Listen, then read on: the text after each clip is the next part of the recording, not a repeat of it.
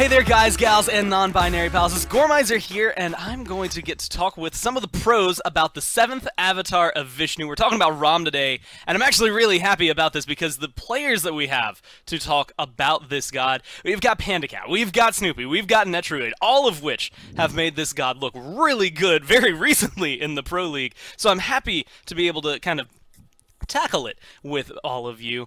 And, you know, Snoopy, I'm actually going to come to you first here just because it feels like eUnited have been slamming Ram literally any opportunity they get. And so I just want to know at the very beginning, what makes you want to pick up Ram? Why is he so good? Well, first and foremost, he is a high DPS character, and almost right behind that, he's safe. So I think that's really important for Priority Hunter to be able to, like, first, second, third pick. You need him to be safe and good against the majority of the people who are going to be diving you.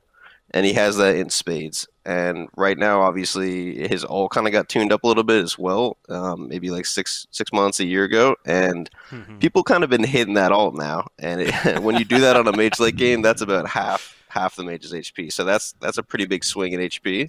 And I think just for like a couple of those reasons, like he's really, really good to just kind of like slam lock every game. So, and especially for you, like, you know, I think all of you have played for a while now, but specifically you, I have distinct memories of you finding some of those old snipes way, way back when it didn't give you maybe all the benefits that it does now. But, you know, Netrioid, you also have been able to come in and pick up a ton of Ram. For your team, what makes him a good pick?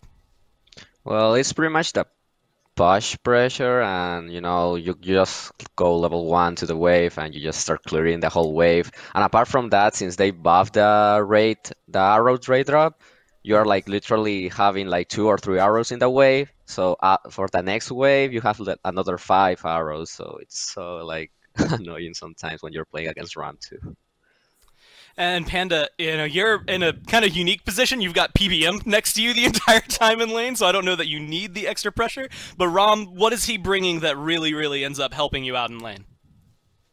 I mean, kind of what they both already said. He's just kind of like a pressure bot that's also like a safe late game character who's also just really good and hard to dive.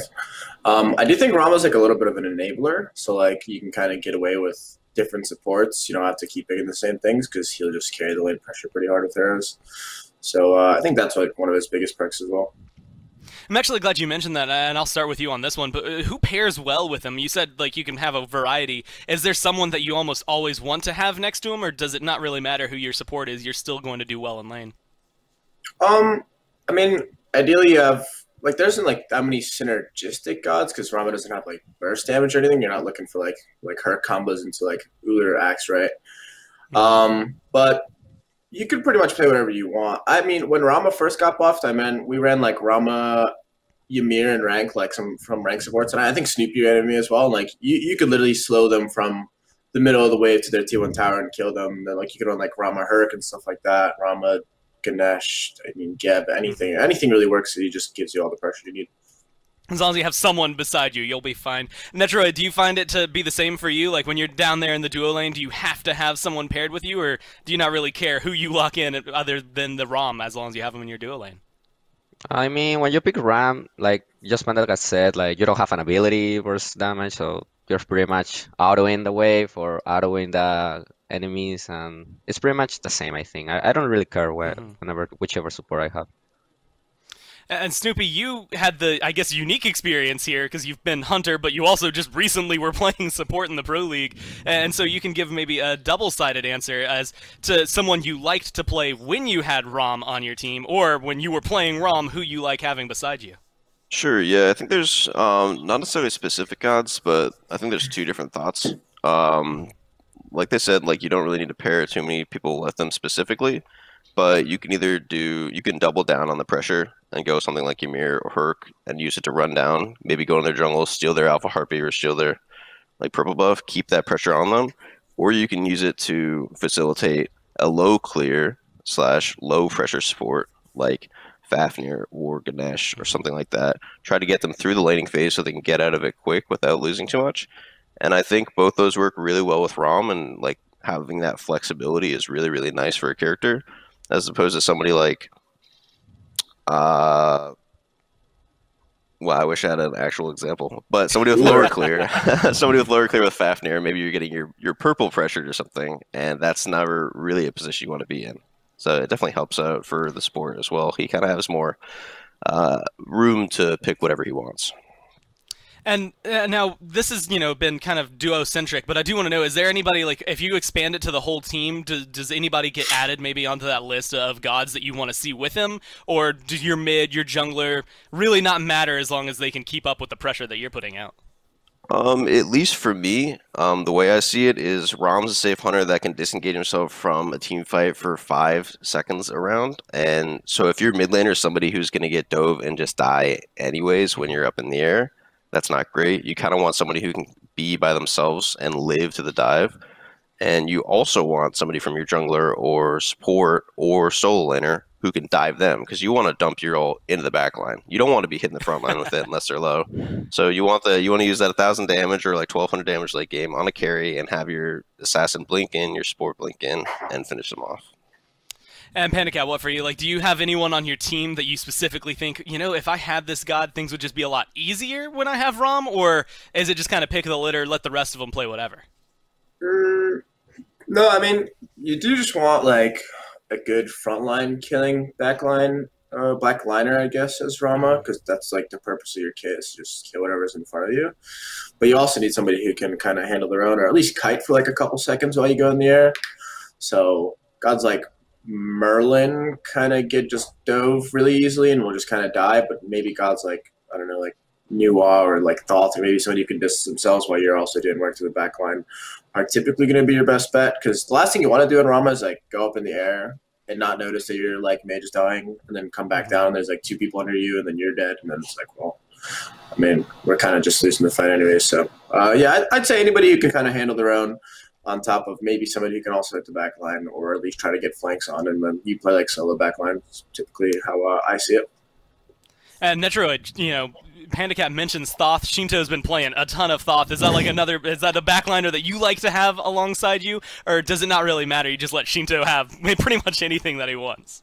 I mean, when I'm playing Ram and Shinto's playing his mage, he's pretty much, I mean, he knows that I'm gonna ult and he's gonna be by himself in the team fight and stuff, so he's pretty much telling me like, okay, I'm gonna be here, so if you wanna to back up or something, you can follow me and we can both build for damage and stuff.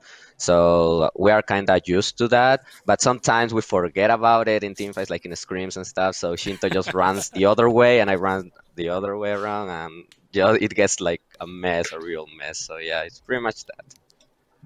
Well, some of the fun things I think that we've gotten to see, I think just through years of Smite, have been how certain players will end up leveling their gods and things like that. And for some, Snoopy, you come to mind again way back when Vulcan ADC was there. There's always like this new meta as to which one you level up. Do you get the turret? Do you go for the clear?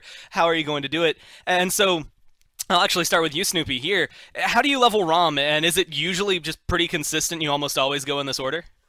Yeah, I pretty much level in the same way. Obviously you're starting with your 1 because the rest of his abilities suck level 1. But then you can get you get 2 normally, level 2 every time, and then at level 3 you can either get a point in your 2 or you can get another point in your 1. Both are pretty effective, I'd say. 2 just kind of uses a little more mana because it's a 60 cost at level 1. You're using that plus your arrows. You're going to run a little low on mana.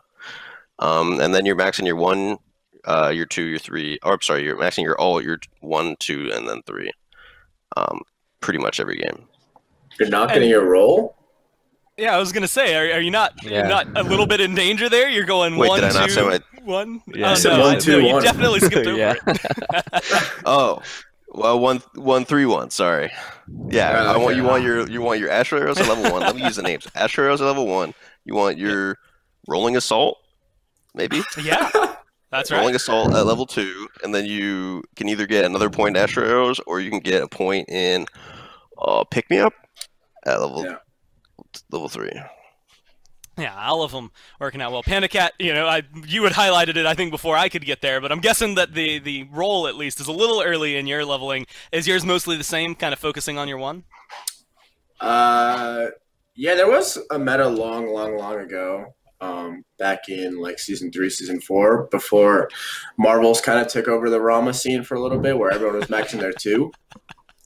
What are you making that face for, Snoop? Dude, everyone used to max their 2, right? Yeah. Everyone used to max their 2, and Marvels was maxing his 1, and he was popping people because of it. And I think people started maxing because of him, or maybe it's because I don't know what the whole back story is. All I'm saying is there was a time where everyone was maxing Rama 2, and then I don't know where people were like, Rama 1 is just better to max. And nowadays it's the same thing. What Snoopy said, get your 1. I would get my 3 so I don't just die. And then you either get a second point on your 1 or you get your 2 if you can really need the pressure, if you can afford the mana. Like if you're solo and you're just getting totems, you can get your 2 if you want. And then you just max your 1 and puck points your whenever. And Netrioid, I was kind of coming into this thinking maybe there'd be a little bit of spice about the level, at least between the 1 and 2. But I have a snaking suspicion you're going to be able to agree with these guys. Is that the same way you level Rom? Yeah, I level up my 1 at the first level, then my 3, you know, to be safe and stuff. But I always level my 2 at level 3, like whatever is the reason. Because sometimes when we are 3, Rongi and me like to go for the pressure. So I have the extra attack speed, and the other enemy hunter is not gonna have it normally. So we just go for it, and you can get like a kill from that. So, but if there are like rare cases where I level up my 1 at level 3, so 2 points on that. But apart from that, I always level my 2 on level 3. Well, I guess being able to follow up on that, you know, you have the 1 which does the main clear, it goes through all of the minions, but it can also go through gods, but applies a slow, as well as your 2 for stim. Which one is it that you want to do more often to try and maybe poke out your opponent? Are you just hitting them with the astral arrows, or are you going to pop that stim to try and get more poke out? Well, sometimes you wanna hit like both the lane and the enemy carry. But if the enemy carry knows that, of course, in a high level, it's just gonna like put him on a good spot where you cannot hit the minions and him as well. But if you get like the first astral arrow on him, you're gonna apply the slow, and you pretty much win the trade of that. So the enemy hunter is gonna be like, oh, he just popped his attack speed buffs. I cannot like outbox him, and Ram is pretty good for that. Like he's kind of like the best hunter right now to box against the enemy hunter. So that's how you start, for example, the engage if you want to get a 1v1, just hitting the lane and at the same time hitting the carry with your 1. And Snoopy, what about for you? Like when you're going in, is there a period where you're like, I guess, shooting out the astral arrows and you recognize, wait, I can go in and box and win this match? Or do you sometimes just go all in, hit both of the abilities, and try to do whatever you can? Yeah, I mean, there's 2 different ways you can do it for sure. Like if you are like ahead, or you feel as if you're in a position of power, whether your jungler is getting close or you know that their enemy jungler is not there, you can instigate or initiate with a roll and then start it with a cripple, or you can just kind of start poking them from range, maybe get a couple autos in, and then say, oh, they're slowed, let me get in there. And the good thing about Ram right now is, well, it's kind of like always been, but if you both get low, he has his ult, and you can't hit him, he can hit you. So if you get to 300-400 HP, and he can hit those shots, like he's going to win the trade pretty much every time. So that's really, really strong. Do you mind if I go back a segment really quick about something Panda said? Okay, he was talking about the 2 max.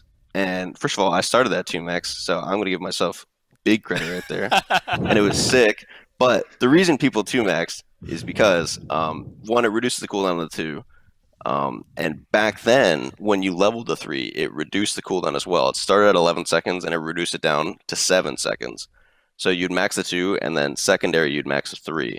And then you'd actually do Astral Arrows last. So your roll would be on a 7-second cooldown, and people got so frustrated that it got nerfed to a flat 11, because you would roll, alt, land, roll, and you couldn't kill that guy. But yeah, that was the reasoning behind it, but that's the end of what I was saying. I don't know. Go ahead. Didn't it also, and like this might just be sticking too much on old ROM, but didn't it also, Sure. When you leveled your 2, it increased the amount of arrows that dropped? Like, Arrow wasn't that part of drops, his yeah. kit that came through? So yeah, it helped sure. him maybe stay in lane. Although he doesn't really get that much anymore, and so Panda, you're now in a position where you don't have to worry about it. In fact, he starts with all 5 of his arrows. Do you find that that ends up helping you, you know, early on again, maybe using your 1 to try and poke out the opponent, or even popping your stim just to make sure you can lock him down? Yeah, I mean, Rama is a very straightforward hunter. You really only have your abilities and your ult to work with, so you kind of just get a couple arrows through the wave. If they don't back off properly, then you can go for an all-in. You can get him low enough to maybe get somebody to hit him for you, like a high rotation, then you can get him with the ult. You can, pre-pop your stim and then go all in, roll in. Usually Rama doesn't really lose too many 1v1 matchups unless he's getting like one shot like Uller, like Hachi. So typically if you two roll in and then have both actives ready, you should just win like probably 80% of the fights he'll be taking. Obviously if there's like a reason behind it, not just like, oh, I'm just gonna roll in here. But yeah, I mean, you hit him with a couple arrows, slow him. You can use the slows to guarantee your ult more. Or you pop your 2 just to get wave pressure. Sometimes they'll just automatically give it, like Netrioid said, because the last thing you want is to be in the middle of a wave. He pops his 2. You're like, oh, I could take 1, 2, maybe 3 arrows, and then they start dropping, and then it goes to like 4, 5, 6, 7 arrows, and then next thing you know, you're dead. You actually had highlighted something in that I really wanted to talk about, which is, his 3, that rolling assault. It's one of the first abilities, actually, I think the first ability that had that directional targeter, so it is good for safety, as you had highlighted earlier. But when do you know when you want to use it to roll in versus hold on to it to make sure you stay safe? Ideally, you're getting communications from your team, so like how you're supposed to be playing in that moment. So like where's the jungler, where's the support, or you just have wards where you're just paying attention, one of those couple things. But if you're getting engaged on, you obviously want to use it defensively, but if you're looking to get aggressive, you want to use it offensively. A good indicator of when you should be using your role is when they like use their disrupts on the wave. So for instance, like Xingwei 1, that's a thing that'll be able to stop you from using your role, like knock you up in the middle of it or knock you up at the end of it. So if a Xingwei kind of uses her one on the wave to clear, that is kind of a free all-in for you. You'll see a lot of people capitalize off things like that. It's very niche, very like small mechanics in the higher level plays, but it does mean a lot. And yeah, I mean, I don't know. If you want to get aggressive, you go in. If you're getting ganked or you think people are nearby, or you're just losing the 1v1/trade, whatever, then you roll backwards or sideways or however you want to do it.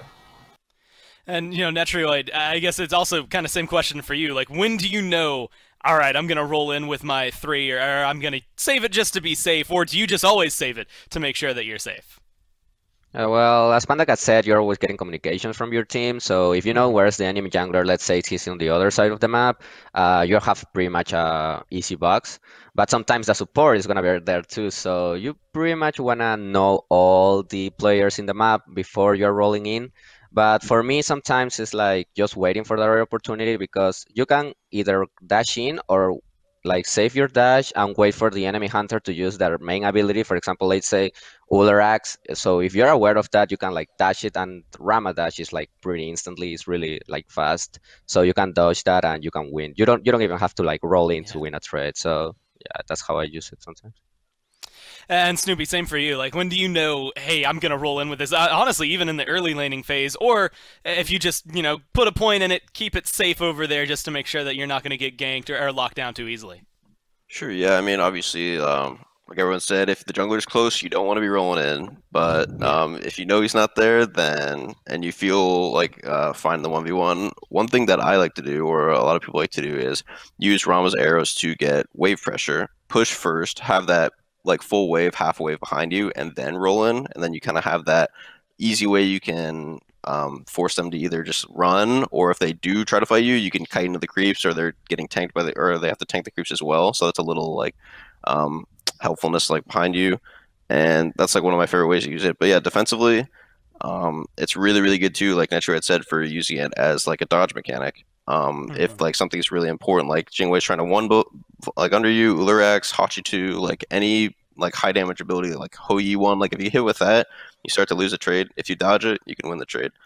But one thing that I actually want to touch on about his role is, and PandaCat might need this information because I saw it happen to him in an SPL game, but it's not actually just based on the way that you're holding your keys, it's the way that you're moving. So say you get Scotty iced and you're moving backwards, even if you're clicking W, you'll roll backwards. Same with if you get Sobek plucked, you're still kind of moving in the direction of the Sobek pluck. So if you don't give yourself a second when you land and you immediately spam your roll, you'll go forward, or you'll go the way that the Sobek pluck went, and maybe roll into the enemy team. But same with the Athena and a couple other things. So if there is something that's moving you, give yourself a second to situate yourself, and then roll in the direction you want to roll. I'm going to go ahead Thank and you for pocket that. that tip. Whether y'all needed it at all, I'm going to pocket that one. I think I'm going to find myself maybe finding less deaths now in ROM games, just because I do find myself in those positions a lot. But now we can also move to maybe the flashiest part of this. I mean, PandaCat, you had mentioned Marvels. This is probably where he could come in, right? The Astral Barrage, the snipes. Since he's been released, this has been like the thing for ROM. And normally there'd probably be some question about like, oh, you know, when's the best time to use it? But instead, I actually want to know personal preferences for you guys. When do you like to use your ult? Like, do you like to use it at the beginning of the fight just to get some damage off immediately? Are you saving it for the end to try and confirm that like one backliner, maybe frontliner, someone who's just really low? So PandaCat, like, when do you find yourself using your ult in a team fight? Honestly, I think there's like 100 different ways to use Rama's ult. I kind of look at it like the same way as Neath ult, right? A lot of people, you'll see like players like Cyclone who will start the fight with a Rama ult, and he'll just like slam one of the two backliners with a couple arrows. And like Phoenix Sieges and Fire Giant Dances, if you don't have sustain, you're taking like over 1,000 damage because he's just accurate, or even like 700-800 damage. That's you know, quite a lot to work with for your divers. Sometimes you want to be using it in the midst of a fight because it is Rama's ability to get out of the fight. So if you're getting hard dove, you do have the option of going in the air, which is quite like one of his luxuries, just one of the best things about him. And usually what you'll see a lot of players do, I'm pretty sure all of us have done this in probably all of our games, is your backliners are diving, you see one of their mages or their hunters low, you know they don't have actives, you go up in the air and you get the pick. That is typically the best because killing somebody is usually more important than kind of poking them out, unless you're like really forcing something. But yeah, typically you want to like try to get the ult to finish people off, but you could use it in a million different ways. You know, like if your divers say they want to dive, you can be the first person going up in the air before anything happens. And then if you combo the ults with a couple blanks, with maybe an ability here and there, and a lot of like havoc starts happening, it's pretty hard to dodge around the snipes. So yeah, I mean, you can play it how you want it. You kind of play it by ear, but you pretty much just want to coordinate with your divers and your mage so that they're ready for you to go up, and then your divers are ready for you to go up, and then they know they have that damage available to them. So. Netrioid, as Panda just highlighted, there's a lot of ways to use it. When do you like to use your ult? Do you like to kind of start fights off with it, or do you like to hold on to it just in case? I like to hold it. Like I know for a fact that it has happened many times for me. Like I just, for example, initiate with my Ramel and then just initiate on me, and I just died of that. So I would rather just like save it. But when, for example, my frontliners see like, for example, the mage is out of position, they tell me like, oh, maybe you can ram snipe him, and Shinto is always like down there for me to just peel or maybe call who is next or who is near. But yeah, I mean, for me, I just like to save it. It's like the safest thing for my team too, because if I die, you know, if an enemy if your carry dies, that team fight is pretty much over if the enemy ADC is alive. So yeah, I just like to save it. And Snoopy, what about for you? When do you like to use your ult? Do you want to start a fight off with it? Do you want to hold on to it just a little bit, get some damage off in the middle of it? Or are you using it only to maybe find some safety in the event that you get, you know, dove in on? Sure, yeah. I mean, I agree with both points. Like, it's very versatile, but I do lean more towards the safety thing. I think the first thing you want to look into, unless you're going to get a kill right away, like Panda said, like right at the beginning of the fight, I think the first thing you want to look into is where is their jungler, and do I need to use this ult to protect myself? If he's like way off split pushing, then you can kind of be like as free as you want with the ult. You can drop it when your front lines are diving. You can drop it beforehand. Yeah, I kind of like to use it when I'm getting engaged on, and then if like normally if I'm getting engaged on, their backliners are getting engaged on too by my frontliners. So I'll like throw a couple shots that way, and it'll help my frontliners kill their backliners, and then normally they can come back, help me, and we win the team fight. But also what Netrioid said is if you die as a hunter, it's really, really, really bad in the team fight in general, because you're sustained damage, so you need to stay alive, and you're also objective damage. If you win the team fight and you're dead a majority of the time, unless you full wipe them, you're not really going to get an objective off of it. You really need that damage to either kill Fire Giant, Gold Fury, or like towers. So you want to put your safety above like most other things, I'd say. But if you're putting your safety above and getting a kill, then like that's like the best of both worlds, and that's what Rama can really bring to the table, and why he's probably one of the best hunters right now. Well, now we're getting into the area, specifically because it's so versatile. I want to know maybe your personal favorite kind of snipes. Like, we've seen some where you hit all three to kill that that enemy player, right? You steal a Gold Fury, or you steal a Fire Giant, or that one person who seems to have got away, you just find that blind hit over the wall, and it's like the best thing that you could experience. So, Snoopy, like, what is your favorite snipe that you can have? Sure. I mean, there's the elusive 3 kills, 3 shots, 3 different shots. I don't think I've ever done that, but that'd be cool. My favorite one, I'd say, is they go behind a wall and you use like your first big shot to kind of like track them. Like you hit them with it and you see the number pop up and you see them like wiggle which way with the number, and then you follow them with the next 2 shots and end up killing them behind the wall, no vision. You're just using that number that you gained by hitting the first shot to finish them off. I think that's probably my favorite way to kill somebody with Rama. And you know it has to feel good, because it feels good just thinking about getting that kind of damage off, let alone actually doing it. PandaCat, what about for you? What's your favorite kind of snipe to put out there? Yeah, I'm in the same boat as Snoop here. For some reason, the design team has put about 1 million trees in the jungle. So when you're in the jungle and you're like going for a boxing match, you're like, yeah, I'm gonna get him low and then I'm gonna snipe him here, and they end up like going over a wall, or you just don't have a vision or like a vision chart in the jungle or something, and then you're up in the air and literally all you can see is the trees and not them. I'd say the most satisfying shot is definitely tracking them through the jungle, just based off like intuition and knowing like player movement, and then getting the snipes. It's not only is it like really flashy, it also is just like really rewarding, because obviously you're just getting a kill without any vision. It's just like, it looks like a super sick plan. It feels like one too, for sure.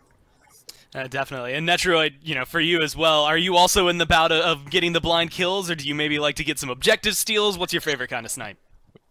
My favorite kind of snipe is pretty much the same. Like, it's way rewarding when you are like killing them without even seeing them, just tracking the number. But my second, like, let's say best snipes is like when you just spam the ult and you know where's the and you don't even like let the enemy hunter like dodge the ult, so they are like, just, whoa, did he just predict it, or did he just get lucky? But sometimes you just get lucky. Like, but yeah, those are for too. Yeah, exactly. Yeah, people just don't know how to deal with it sometimes, right? And so if you can get away with it, absolutely. Well, we're getting closer and closer towards the final few questions, but one thing I want to get before maybe we start approaching other things about Rom is specifically the beginning items. You know, we've seen a lot of like Bloodforge, there's Devos, some hunters, not necessarily Rom, but they will build things like Transcendence. How do you choose what items you want to go for on Rom, and where exactly do you want to take his build when you're going through? And Netrioid, we'll start with you. Yeah, actually, since you're talking about that, I remember in season 4, I think it was Ataraxia where he will start like Transcendence 1 just to clear the full wave with your 5 Astral arrows and get the pressure. And you remember that in season 4, the enemy hunter was like level 5 at 2 minutes of the game. Like, that was insane. And I think Ataraxia was like a really good hunter of that, because he was really smart. But right now the builds are pretty much like the same. You start with the Devos, with Hunter's Blessing, and then you go the Devos, the first tier, and then you want to finish your boots if you are like getting dove, or if you just died in the first wave, for example. But if you are in a good position, you can start right away with your stacks and follow the same build almost with any hunter. And PandaCat, what about with you? Like, how do you know what build you're going to choose with Rom? Is it almost the same every game, or like, how do you know when you can go attack speed versus going in for crit? Like, how do you make those decisions? It's definitely a frequent question, or like a frequently asked question. When do I go crit versus when do I go pen? I'd say in the current day and age, we're kind of in a tank shredding meta, especially with the items that have been buffed or introduced. Like Stand of Gaia is obviously a very prevalent item in the meta. Sledge, obviously Thebes is bought almost every game. A lot of Sovs, just a lot of health in a lot of these tank builds, and even divers are going sledges and whatnot. So Kins is just inherently going to be doing a lot of work. But I think the biggest downfall to crit and why it's kind of just bad is a lot of divers are just going thorns, and it's a very non-rewarding mechanic for us hunter players, where you do a lot of damage, but it's a double-edged sword. Whereas the second you're hitting into a thorns, and either if the fight isn't won and you're hitting into the thorns, you're probably losing the fight. And even then, like if the fight is in a winning position and you're like, getting dove by a couple people with thorns and you're hitting into them, you're just going to lose the fight super hard because you don't have any counterplay, right? It's not a counterplayable mechanic unless you're building magic defense, but that's got to be pretty late in the game.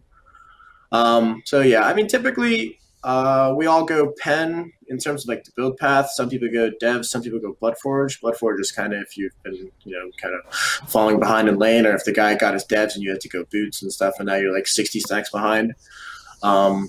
And then, I don't know, a lot of people have been building, like, I think Snoopy, you've been building, like, Fail Not and stuff on Rama, and I think it's pretty good. But, yeah, I mean, from there on out, it's kind of like, what's in their team? What are their actives going to be? Who am I getting dove by? Like, things like that. Those are all things you take into consideration. And then by that third item, you should probably have a good understanding of what you want to do. And if not, you'll see some people, myself included, go Atalanta start instead of one or the other, instead of going Kins or Rage. And then I'll give you that extra item slot, a little bit of extra time to see, did the Soul Inner actually opt for the Thorns? Did he opt for maybe another active? Have they bought, Thorns in any other role? And how tanky are these guys? And then I'll give you a little bit more leeway with your build. So, yeah. Yeah, and Snoopy, I mean, PandaCat mentions it, but you like to occasionally throw in a Fail Not. How do you choose what items you're going to go, and when do you kind of go into those items, and I guess make that decision in game? Sure. Yeah, it's what PandaCat said mostly. So, I mean, you're going to start with the Divas, you're going to start with the Attack Speed Boots and the Hunter's Blessing, always. And then I like to go, every single time, I'll go Atalanta's Kins. Doesn't really matter the order. What I like to do is, if I'm really far ahead, I'll go Kins, but if I'm even or behind, I'll go Atalanta's. And then I'll do the other one. And then at that point, it's about the enemy Soul Inner is probably level 15, 16, so they've already gotten their second active. I can see if they have Thorns or if the support has Thorns, then I'm not going crit. I just can't be asked. But if they don't have Thorns and they don't have Spectrals, which they shouldn't at that point because nobody's building crit yet, then I'll go into the Malice. I'll go into the, or not the Malice, I'll go into the Fail Not, and then I actually do like picking up Malice or Deathbringer. That gets me 45% crit. I still have 30% pen. I'm shredding tanks, and it still works out, and I end up, the full build ends up with 40% CDR with a red pot, which is really, really nice if you're trying to slam the backline with your ult. It's up really soon. It's like a really low base, and the way they changed Rama ult where it scales down the more arrows you pick up, if you ever have something that scales down an ability with a flat number, the more cooldown you have, it's just better for it, just objectively. So my ult's up every like 40, 50 seconds if I'm auto attacking all the time, which is a hassle for the enemy backline. So that's a build I like to go, but I mean, if they do go Thorns, then I'm just going the full attack speed pen build, which is after those Kins Atalantas, I'm going to pick up a Silver Branch and then probably an Oboe, and then you can sell your boots for whatever you want, either defense or Aussie or another attack speed item or whatnot. So.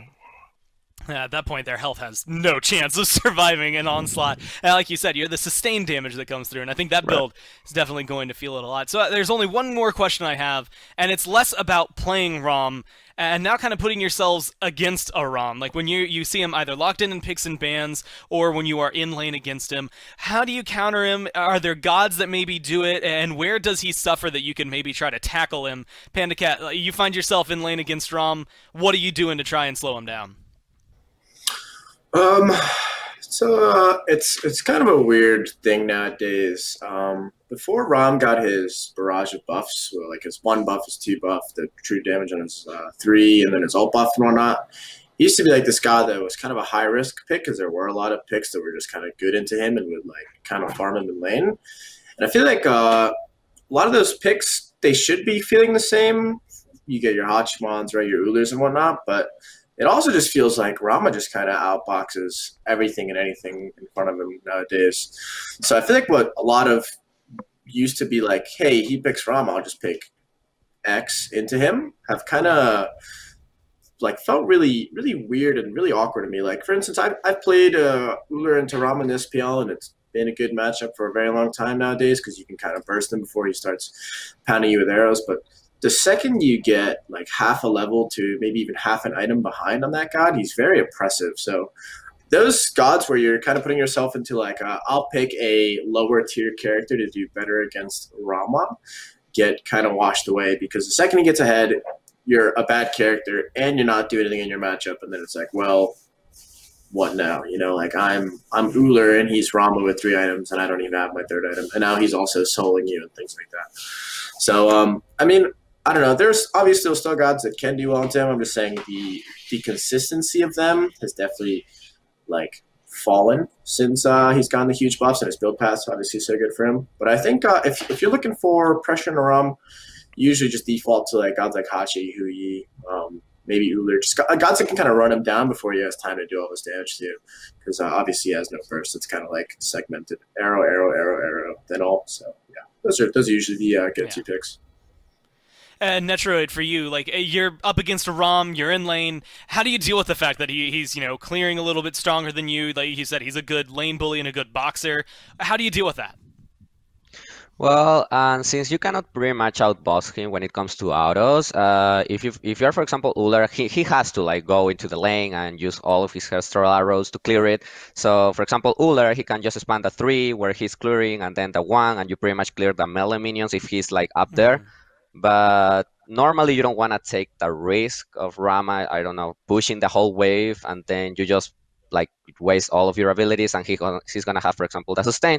He's gonna have the extra speed buff, the attack speed buff, and then you're pretty much dead, because if you get him low and you are low too, he goes up to the air and you're pretty much dead. So what you wanna do is just maybe caught him off guard and just try to like not get as much as pressure with his Astral arrows, because he can even hit you like whenever you are like next to the wall, he can even hit you from there. So you don't want to take the risk. You just want to play safe, and you just want to take as many opportunities as you can get. Maybe, I mean, of course, there's always like one opportunity where he's gonna like messed up like his position or something. So you want to take that.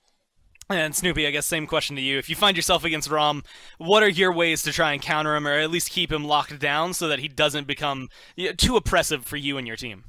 Sure. I mean, I agree with both of them. Like, what you want to do if you are trying to kill the Rama is burst damage. Like, that's the name of the game for sure. Like, you want to do like as much damage as possible up front, so he can't just sit there and auto attack you. You don't want to auto trade him. Like, you don't want to be just sitting there max range, like firing pot shots, because he's gonna have a wider arrow that slows you, and you're not gonna win that. But if you're jumping in his Uller, or you're dashing in his Hachi, or you're jumping in his Hou-Yi, then there is chances where you can definitely win the fight and force him back or kill him. But even still, like Panda said, those aren't really meta hunters right now. And it's kind of for the fact that even if you are poking him out or like going even with him, he's still going to be probably better than you late game. So what most people are doing right now is just trying to match him in the late game, or have a hunter that's going to do just as well in the mid to late game. And kind of just like vibe. Like, there's not a ton of 1v1s right now going on because, well, there is some, but right now the main matchup you see is Cupid Rama. Yeah. And the thing is, like, they both kind of counter each other to an extent. Like, if you get Cupid ulted, you just Rama ult it. If you get like auto traded, you dash away his Cupid and you heal it up with hearts. Like, it's not really like a big mismatch in any direction, I'd say. I think Cupid might have a small advantage if he's like hitting the heart bomb first, but yeah, there's nothing that's gonna just outright just own Rama, I'd say. And he can obviously just like play back if he needs to, scale up to late game, and then still be that powerhouse. So I would personally say just scale with them. That would be my thought process on going against the Rama. Just pick something that's really good late game and scale with them. Yes, play it safe, scale with him, keep up as best you can over him, because he's pretty good, as we've covered here for the last few minutes. But I only have one more thing for all of you to say, and that's realistically, a lot of these people, if you're watching this video, you're here to learn about ROM and about hunters, and all three of you are available to be able to watch and figure out things about these hunters. So where exactly can people find you across the internet, whether it's your streams, Twitter, what have you, to be able to watch you outside of just the Pro League? PandaCat, where can people find you? I stream pretty much every night on twitch.tv/PandaCat, and I do have a YouTube channel. I don't know what the actual like handle is, like youtube.com, but if you just type in PandaCat on the YouTube, you'll find it. And then I also have a Twitter, twitter.com/PandaCat. Easy enough. Netrioid, what about you? Give yourself the shoutouts. Well, I don't stream that much like I used to, but not right now. But if you want to find me on Twitter, it's the same as my nickname. And if you want to ask me any questions, like for example, any hunter stuff or something like that, I'm always glad to answer those questions. So yeah, you can find me there on Twitter. And Snoopy, how about you? Where can people find you? Sure. Yeah, I'm on Twitter at SnoopyMans, and yeah, I'll answer any questions you have. And also, I stream very occasionally for 2-3 months at a time, and then I'll stop. But that is at twitch.tv/Snoopy_man. So go ahead and give me a follow there, and maybe I'll stream in the future. Absolutely. Go Doghouse. follow these guys. Make sure you get all of the content you can, absorb as much as you can from them, because they're the best Hunter players in the world when it comes down to it. And also subscribe for more content here. Leave a like if you enjoyed the video, and tell us on Twitter at SMITEPro who you want to see next time on the next Grandmasters class, which god and maybe which players you want to talk about. Either way, thanks for watching, everyone. We'll see you next time.